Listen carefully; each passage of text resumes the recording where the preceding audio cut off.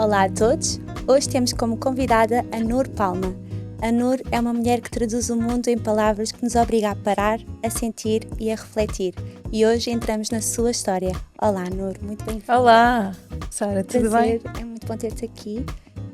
Para começar, antes de conhecermos mais a tua história, o teu percurso, vamos começar numa coisa simples, mas difícil. Quem é a Nur quando ninguém está a olhar? É difícil estar deste lado, a ser entrevistada. Pois é. É mais difícil. Então, a Nur é... quem é a Nur quando ninguém está a olhar? É um ser muito apaixonado pela vida, com muita curiosidade, com muita intensidade, com um olhar profundo e que mergulha fundo em tudo. E é um espírito livre, acima de tudo. Acho que descreveria assim. Tu formaste em Psicologia Criminal e tiraste mestrado em Investigação Forense, correto? Exatamente. Então, nós queremos saber como é que este percurso te moldou e quando é que percebeste que o teu caminho iria muito além destas áreas? Ok. Tu fazes boas perguntas. Gosto disso. Olha, eu fui para a Psicologia Criminal, tirei a licenciatura em Psicologia Criminal. Na altura eu não percebia bem porquê, mas algo me levou até lá. Eu hoje sei que eu sempre estive à procura daquilo que era o mais interessante sobre a mente humana. E eu fui para o criminal porque eu estava à procura daquilo que era o mais bizarro, o mais estranho, o mais profundo na essência do ser humano.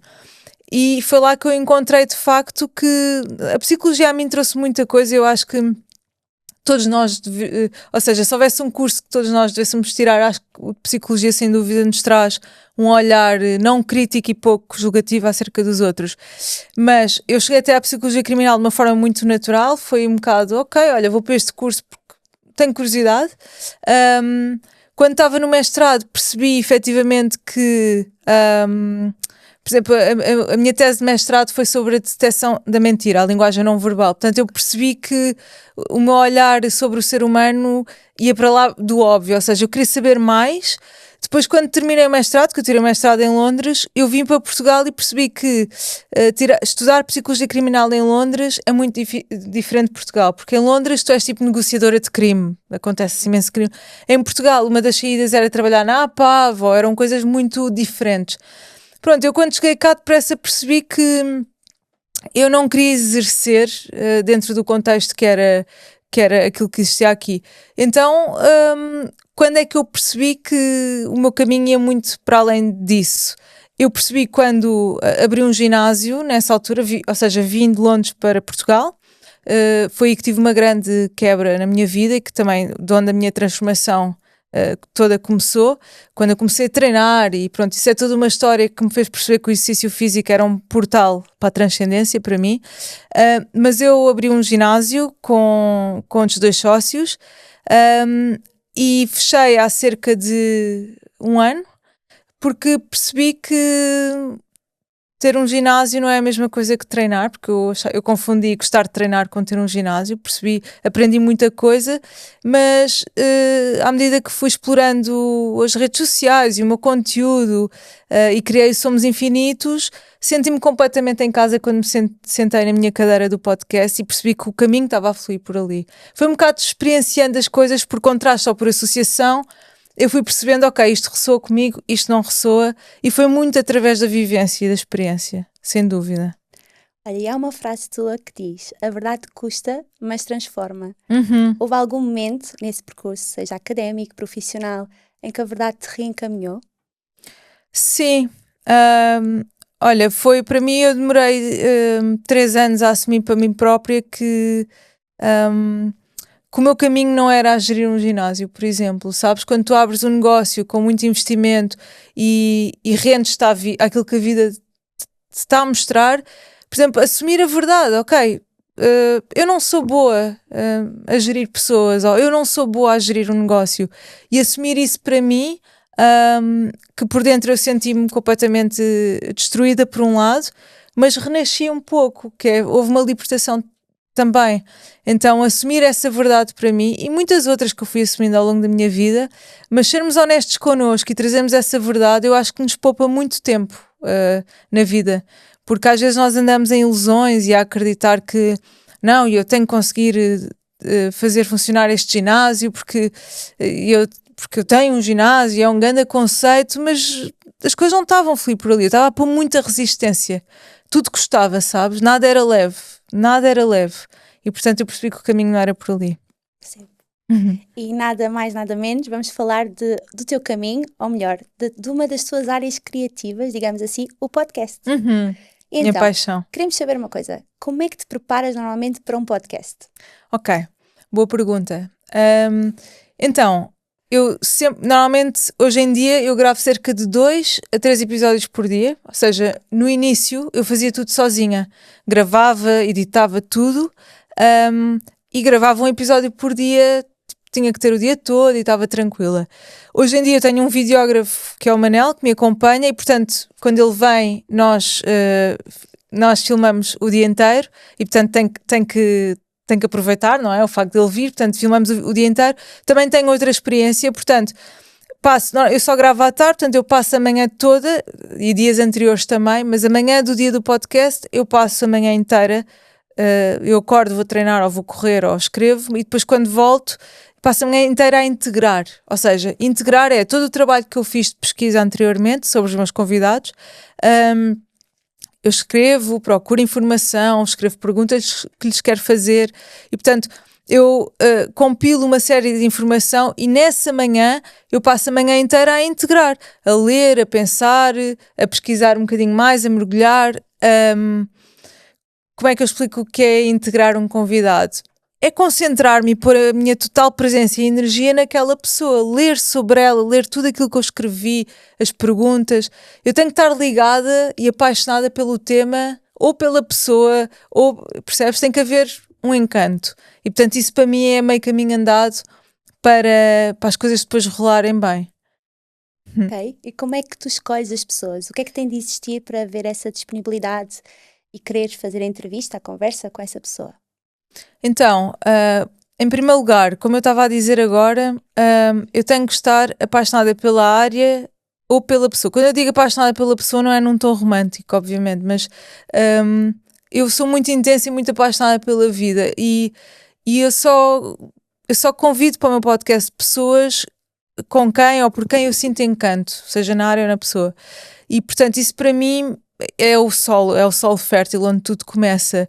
Depois, o tema que a pessoa traz, à partida se me encanta ou se me apaixona, é dentro, ou seja, enquadra-se dentro da minha área, no sentido em que tudo o que tem a ver com consciência, espiritualidade, ciência, a psique, a mente humana, o comportamento, a alimentação, o desporto, tudo o que são áreas que fazem parte do meu estilo de vida, são áreas que eu seleciono para o meu podcast. E depois eu tenho que ver essa pessoa ou telefonar. Imagina que eu tenho convidados que nunca gravaram um vídeo no YouTube ou que não têm nada público. Então eu faço uma chamada, fazemos uma videochamada e eu tenho que sentir a outra pessoa. Portanto, eu tenho que conversar com ela, ou se não converso, eu tenho que senti-la, ver qualquer coisa dela, porque eu à partida já sei que as coisas vão fluir. Nem sempre acontece, mas posso dizer que 95% das vezes acontece. Portanto, eu tenho que sentir a pessoa. Acho que estes são os 3 requisitos essenciais para as coisas fluírem. Imagina, eu quando me sento naquela cadeira sou uma criança, eu tenho um olhar de criança, portanto, eu sou uma curiosa e apaixonada pelo aquilo que as pessoas me dizem. Isso tem que existir, sempre. Muito bonito. E da tua voz à escrita, o que é que representa a escrita na tua vida? A escrita para mim é onde tudo começa, ou seja, tudo o que eu faço na vida parte da escrita, ou seja, sejam vídeos, podcasts, qualquer evento que eu venha a criar, textos que eu escreva, um livro que eu escreva, tudo parte da escrita. A escrita é o primeiro rascunho de qualquer conteúdo que eu queira trazer. Ou seja, primeiro momento, escrever e daí eu tiro sumo. A escrita é uma expressão da dinâmica que acontece dentro de mim, é uma forma de nós nos observarmos, na minha opinião. É das poucas formas, aliás, há muitas através da arte, mas das poucas na minha vida, em que eu consigo observar aquilo que se passa dentro de mim. De outra forma, eu não consigo sair da ilha para ver a ilha, e para mim escrever é sair da ilha e observar. E para quem não te conhece, a que horas normalmente é que tu costumas fazer isso? Quando é que começa o teu dia?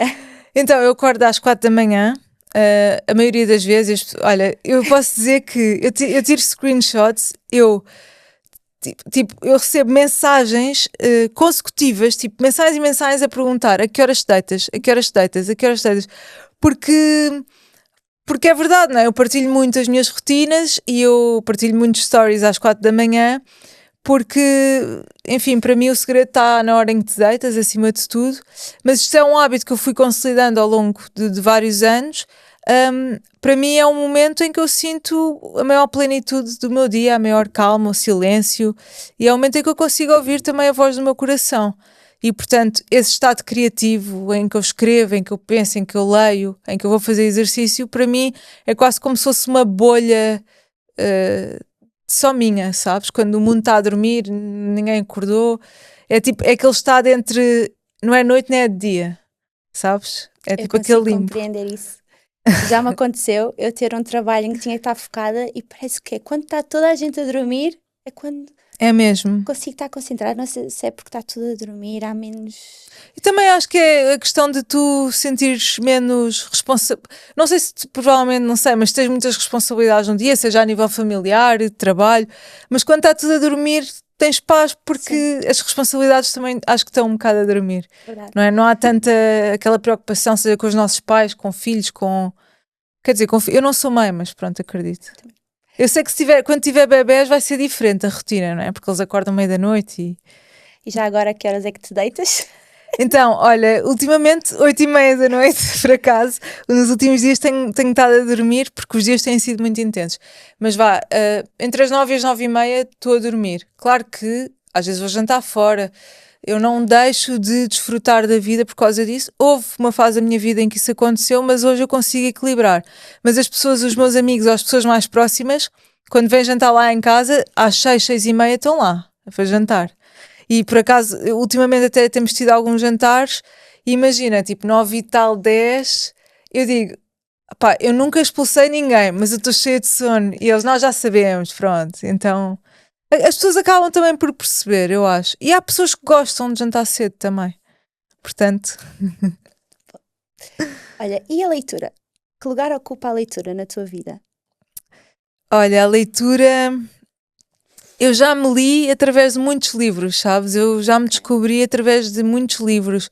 Eu lembro-me desde pequena que eu sempre fui uma criança que se sentiu muito sozinha, parecia que eu tinha o meu mundo, que hoje sei que há muitas pessoas que partilham a mesma visão ou linguagem, porque hoje eu tenho um podcast e as pessoas chegam até a mim porque se identificam, mas na altura eu sentia muito sozinha, sentia que havia uma separação entre o meu mundo e o mundo cá fora, que a profundidade que eu via, eu não encontrava muita gente que visse o mundo da mesma maneira. Mas eu encontrava isso nos livros e, portanto, eles sempre foram a minha companhia em todas as alturas da minha vida, nos momentos mais tristes, mais felizes, quando eu me sentia mais sozinha. E sempre foram um portal de conhecimento enorme. Costuma-se dizer, eu sei que tu não aprendes a nadar a ler sobre o oceano, mas sim a nadar, não é? Pronto. Ou seja, depois também há essa questão, uma fase da minha vida em que eu mergulhei tanto nos livros que deixei de viver e de me envolver muito na vida. Mas hoje eu sei que essa combinação entre a leitura e depois a experiência, envolver-se também com a vida, é muito rica. E, portanto, eu acho que não há nada que seja, em termos de, sei lá, de ferramentas, tão enriquecedor como os livros, sabes? Para mim é um mundo, eu esqueço o tempo enquanto leio, portanto, E incrível. olhando para trás, que livros é que te fizeram voar e te abriram portas que estavam fechadas? Ok, então. Portas internas. Sim, Desculpa. sim. Acho que percebi. Sim. Há um livro que eu falo muito, que é O Caminho Menos Percorrido, de Scott Peck. Eu falo muito desse livro porque eu acho que é um livro que é para pessoas muito espirituais, pouco espirituais, zero espirituais, que percebem muito ou pouco de psicologia, aquilo que seja. O Scott Peck é um psicólogo e que fala dos valores fundamentais da vida. E ele traz, sim, a espiritualidade, mas de uma forma muito pragmática. Ele traz a disciplina, traz o compromisso, a lealdade. E, portanto, é uma base muito, muito rica para a vida mesmo. Depois, Há outro livro que se chama A Libertação da Alma, do Michael Singer, que para mim foi dos primeiros livros que me fez compreender o mundo espiritual também. Há um livro que toda a gente fala e toda a gente lê, que é o maior clichê, mas que eu vou ter que referir, que é O Monge que Vendeu o Seu Ferrari, do Robin Sharma, porque foi mesmo literalmente o primeiro livro que eu pensei, ok, alguém no mundo, eu li muito nova, logo quando saiu provavelmente, mas foi a primeira vez que eu senti, ok, há alguém no mundo que vê e que sente o mundo da mesma forma que eu, ou que encontra algo mais do que isto que existe, que é físico. Então, pronto, depois temos Os Hábitos Atómicos, que também, eu acho que é o melhor livro sobre hábitos, muito simples, muito concreto, que também me ajudou muito a consolidar muitos hábitos na minha vida. Enfim, eu ficava aqui a falar de muitos livros. Há agora um muito recente que se chama Lições para a Vida, e que também é um grande livro do Phil Stutz. Pronto, agora ficava aqui a dizer imensos, mas depois vão ao meu Instagram, tenho lá imensos. Então, olha, vamos precisar de sugestões. No Natal, se ofereces livros, a quem é que ofereces, quais e porquê? Agora já podes dizer uns quantos. Ok, então, a quem é que eu ofereço? É assim, à minha mãe e à minha tia eu ofereço-lhes sempre livros. Há amigos concretos, 2 ou 3, que eu também ofereceria livros. Há um livro que é de uma autora portuguesa que é também minha amiga, que é o livro da Paula Ponce, que se chama Saber Quem Fui para Viver Quem Sou. É um livro que eu ofereceria a toda a gente, porque é quase um portal que te dá a primeira visão sobre o que é a visão sistémica ou as constelações familiares, ou eu digo visão sistémica no sentido em que traz uma visão sobre a linguagem invisível que existe entre todos nós seres humanos, e sobre o trauma, e sobre a dor, e sobre o amor, e sobre as relações com os pais, com os filhos, e portanto eu acho que seria esse livro que eu oferecia à maior parte das pessoas. Depois tem outro grande livro, que é O Mito do Normal, do Gabor Maté, que é um livro sobre trauma e sobre a sociedade, que eu também ofereceria.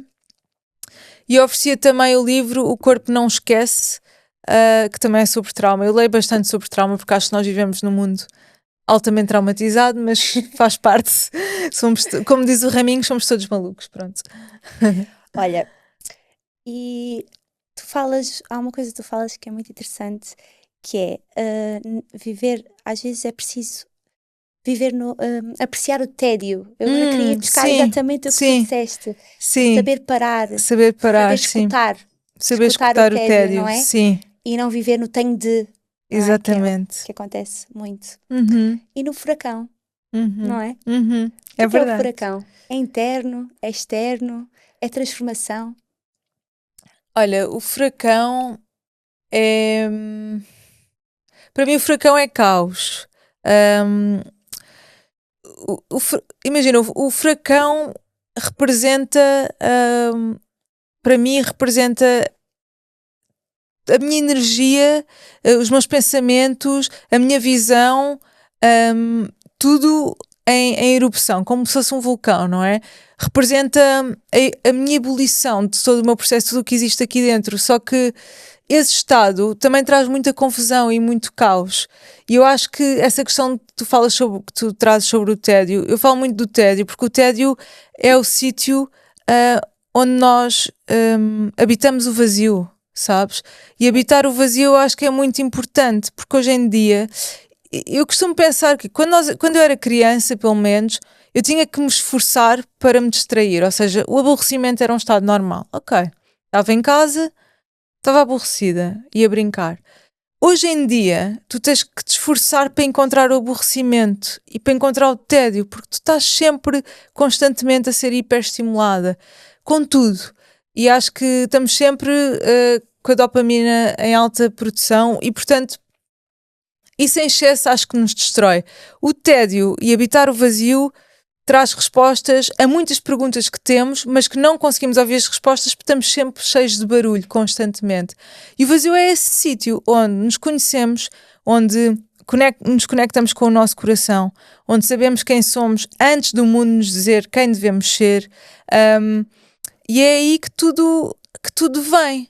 E, portanto, aquilo que eu acho mais preocupante no nosso mundo hoje em dia é que já não há espaço para isso. E, portanto, parece que nós estamos sempre assim em compulsão, sabes? Repetição, compulsão, esse furacão sempre a explodir. Portanto, há o caos e há a ordem, há o furacão, mas depois não há espaço para integrar isso. Estamos sempre em explosão. E, portanto, o furacão é isso. Eu acho que o furacão é importante, que é essa tempestade, mas depois nós precisamos do outro lado para integrar tudo aquilo que vivemos. E hoje em dia não temos. E falo também de mim, porque tanta coisa a acontecer, que às vezes é difícil encontrar esse lugar, mas que eu sinto sempre muita falta. E o que é que descobres sobre ti quando paras? O que é que o silêncio te mostra, que no caso a rotina te esconde? Eu descubro que a maior parte dos meus pensamentos são simplesmente crenças e programas que nos são instalados no sentido em que vivemos numa sociedade com crenças, tivemos pais que nos ensinaram determinadas coisas, professores, amigos, pessoas que nos criticaram, que nos valorizaram. Portanto, esse turbilhão no furacão são pensamentos, não é? E o vazio, eu descubro que eu não sou nada disso, ok? Existe um ser que observa tudo isso, que está por trás de todo esse barulho, e que eu sou um ser muito mais pleno, muito mais inteligente do que aquilo que eu penso que eu sou, ou seja, eu conecto-me com uma inteligência que é a minha intuição também. Portanto, eu descubro muita magia e eu acho que nós também estamos a viver num mundo, aquilo que eu vejo à minha volta, de pessoas com, por exemplo, a autoestima em baixo, que não acreditam em si mesmas, autodestrutivas, relações tóxicas. Eu vejo muito isto, mas também porque nós não paramos nesse vazio para perceber que existe muita magia aqui dentro. Nós não nos conectamos com isso. Pá, e é brutal aquilo que encontramos quando nos ligamos. Mas como é que nós vamos sentir isso? Como é que nós nos vamos conectar com isso quando nós estamos sempre virados para fora, sabes? E, portanto, eu acho que descobrimos muita magia, mesmo. Muito bom. E no texto que tu escreveste sobre o vazio fértil,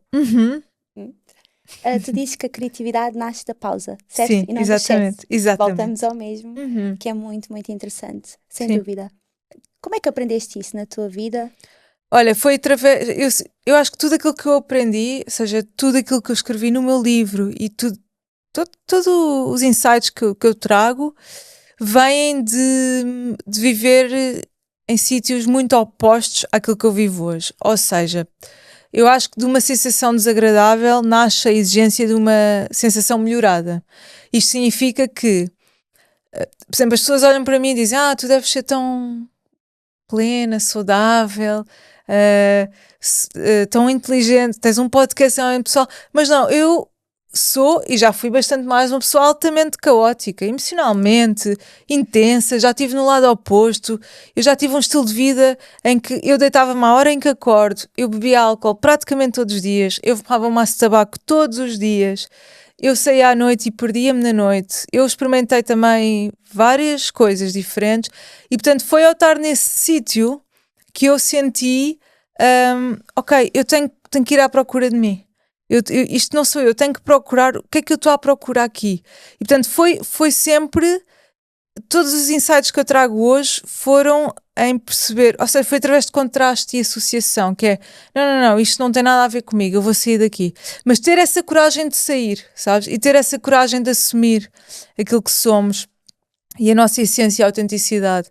Eu tenho percebido cada vez mais que, enfim, isso é a única coisa que nós deixamos no mundo, não é? Que é a nossa maior essência e a autenticidade. E, portanto, tudo aquilo que eu sei hoje, aquilo que eu descubro nas pausas, no vazio, tudo aquilo, portanto, os processos de manifestação que eu também escrevo no meu livro, foi sempre quando eu tive em momentos também muito dolorosos na minha vida, tipo, sem solução, sabes? Em que vou à procura de algo melhor. E de repente encontro autores como o Joe Dispenza, que traz a neurociência, a visualização, e mergulho, e ok, isto faz sentido. É um bocado seguir aquilo que ressoa comigo. Ter essa sensibilidade, ok, isto arrepia-me. isto faz os meus olhos brilharem, isto faz-me esquecer do tempo. Ok, é por aqui então.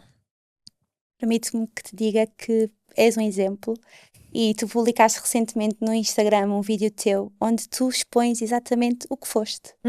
E sim. que és tu na mesma, não é? É a Noor. É, Tu exatamente. não serias o que és hoje se não fosse aquela Noor do É verdade. caos, da noite. As pessoas têm que ver. Eu acho que já te admiram, mas se virem o que tu foste, Sim, não é? sim, Conseguem te sim. admirar ainda mais. Sim, sim. E E já é isso. agora, Sara, sobre isso, que eu acho que é muito importante também trazer este insight de muitos anos ou seja, a minha transformação e a minha mudança. Durante muitos anos foi quase como se a Noor nova tivesse contra a Noor do passado, sabes? Eu vivi muito assim de, não, eu não me posso sequer aproximar do luxo, da discoteca onde eu estava sempre, ou eu não me posso sequer aproximar de pessoas que bebem muito álcool, porque eu não sou e eu não sei o quê. Até que depois há uma integração, e eu hoje sei que essa Noor que tu estás a dizer que viste nessas fotografias em que eu estava a beber e a fumar e tudo mais, eu hoje olho para essa Noor e eu vejo, eu encontro-me, sabes? Porque é a integração desses dois lados, porque tu não consegues transformar-te se não aceitares o teu passado, se não estás sempre em fuga. Não posso comer isto porque senão vou engordar, não posso beber um copo porque senão vou voltar. Mas depois há um dia em que tanta acumulação do não posso dá em compulsão depois. E eu também passei por isso e sei que há sempre uma acumulação, sabes? Então essa integração desses dois mundos é super importante, da sombra e da luz. É super importante. Olha, e agora no presente, uma coisa bem presente que nos liga muito, a voa. É boa. Como e porquê que a voa entrou na tua vida? Ok, boa pergunta. Então, eu já há muito tempo que, pronto, dizia à Sara, que vive comigo, não é? Dizer todos os dias, epá, não quero beber mais água, bebi água da torneira, não quero beber mais água, ou anda a beber, ela virá-se para mim e dizia, andas a beber pouca água, e eu, pá, não sei, esta água da torneira sabe mal. Cheguei a ver alguns vídeos no YouTube que chegavam até mim, de vídeos a explicar que a água da torneira tem muita toxicidade, tem muitos resíduos, tem metais pesados, e portanto eu fui observando na minha vida que eu lentamente estava a beber cada vez menos água, e tive consciência disso. E há um dia em que fui almoçar com o Nuno da Soma, do Wanderlust, e eu estava a comentar isso, porque nós estávamos num restaurante e eu disse-lhe, queres mais água? E ele, sim, vai buscar. E eu, olha, anda a beber tão pouca água. E ele, pá, tenho uma pessoa para te apresentar. E depois deu um contacto do Emanuel e disse, acho que vocês vão gostar de falar, tu até vais representar bem a marca, acho que tem tudo a ver, falem. E portanto, no dia em que vocês foram lá à casa e instalaram a máquina, eu posso dizer que eu acho que nunca bebi tanta água na vida como bebo agora. Porque de facto sente-se no sabor e sente-se no corpo também. Acho que o facto da água ser ionizada também me dá um grande abuso, porque eu sou muito uma pessoa de e mais magnésio e mais suplementos e tem que ser forte. Então todo esse mindset que está por trás do conceito da voa sempre me cativou. E portanto gosto também do facto de ser, ou seja, de hidratar muito mais o corpo. De como é que se chama? Ou seja, das partículas Falaste dos clusters? dos clusters, exatamente. Gosto desse conceito e também gosto do conceito que vocês me explicaram, que houve um dia que até estavam a fazer um teste. Uma maior hidratação. Exatamente. E que houve um dia em que até estavam a fazer um teste à pele. Não sei se foi o Vítor que me contou isto. Não coloca creme nenhum hidratante, mas só o facto de beber muita água, ele fez o teste da pele e disseram, mas você não usa creme? Isso foi uma coisa que me cativou logo. O facto de ele ter contado essa história, isso cativou-me logo. E portanto, sim. E tens notado? Tenho notado bastante. Tenho sempre a minha garrafinha comigo. E também sinto impacto nas pessoas que muita gente me pergunta sobre a voa. Acho que desperta também muita curiosidade. Acho que acima de tudo porque está associada à saúde, ao bem-estar, ao wellness e porque há um propósito mais forte. E porque vocês são uma família e acho que isso traz uma base e, sabes, acho que quando uma marca ou um negócio tem uma cara por trás, uma cara no sentido de as pessoas que estão por trás serem presentes, isso dá muita força. E acho que isso muda tudo. Obrigada, é mesmo, somos mesmo uma família. Sim, isso sente-se. Olha, e outra coisa, tu acreditas que a água impacta na maneira como nos sentimos também? Sem dúvida, sem dúvida. Eu acho que, por exemplo, água com mais densidade, de toxicidade, torna o teu corpo mais denso e, portanto, torna a tua vida. Isto são coisas que acontecem em. São tipo. São micro coisas pequeninas que acontecem na vida e que nós, se calhar, no momento não sentimos. Mas acho que esse efeito composto de acumular, tipo beber todos os dias água da torneira ao longo de 34 anos, sabes? Isso torna o teu corpo mais denso, isso torna a tua energia mais densa, mais contaminada, porque tu estás a ingerir, sim, metais pesados, resíduos tóxicos, isso está a entrar no teu corpo. E, portanto, e nem tudo sai. Quando tu consomes uma água mais leve, mais hidratante, ionizada, isso sem dúvida te traz mais vigor e mais vitalidade. E sente-se, porque eu tenho muita imagem de às vezes estar em sítios, imagina, alguém entra numa sala e tipo, há sempre pessoas, nós nos lembramos que entram em salas e tu sentes que aquela pessoa é mais magnética, tem mais luz, ou toda a gente quer falar com ela. E eu acho que, por exemplo, a água que nós consumimos tem impacto nessa luz ou nessa vibração que a pessoa emana, sabes? Nessa presença. Tal como, por exemplo, os alimentos e tudo mais. Acho que a água sendo que nós somos 70% água, e, portanto, sem dúvida que sim. Muito bem, Nur. Olha, eu gostei muito. Eu também. Esta conversa foi um prazer enorme Que bom. receber-te mais uma vez. E se quiser acompanhar esta conversa e outras conversas, siga-nos no Instagram da VOA ou no site VOA. Nur, uma última pergunta. Se a tua vida fosse um copo de água, como é que a descreverias hoje? Uau! Como é que eu a descreveria hoje? Olha, é um copo super cheio já a sair água. Tipo, água já a sair do copo, com muita vida. A água era boa, sem dúvida, cheia de vigor. Eu digo um copo cheio já a verter água porque, ou seja, como eu disse, muito intensa, com muita vida e às vezes alguns caótica também. Então acho que seria assim um copo cheio já a verter água. Transbordar. Transbordar. Perfeito. Obrigada. Obrigada, Sara. Obrigada.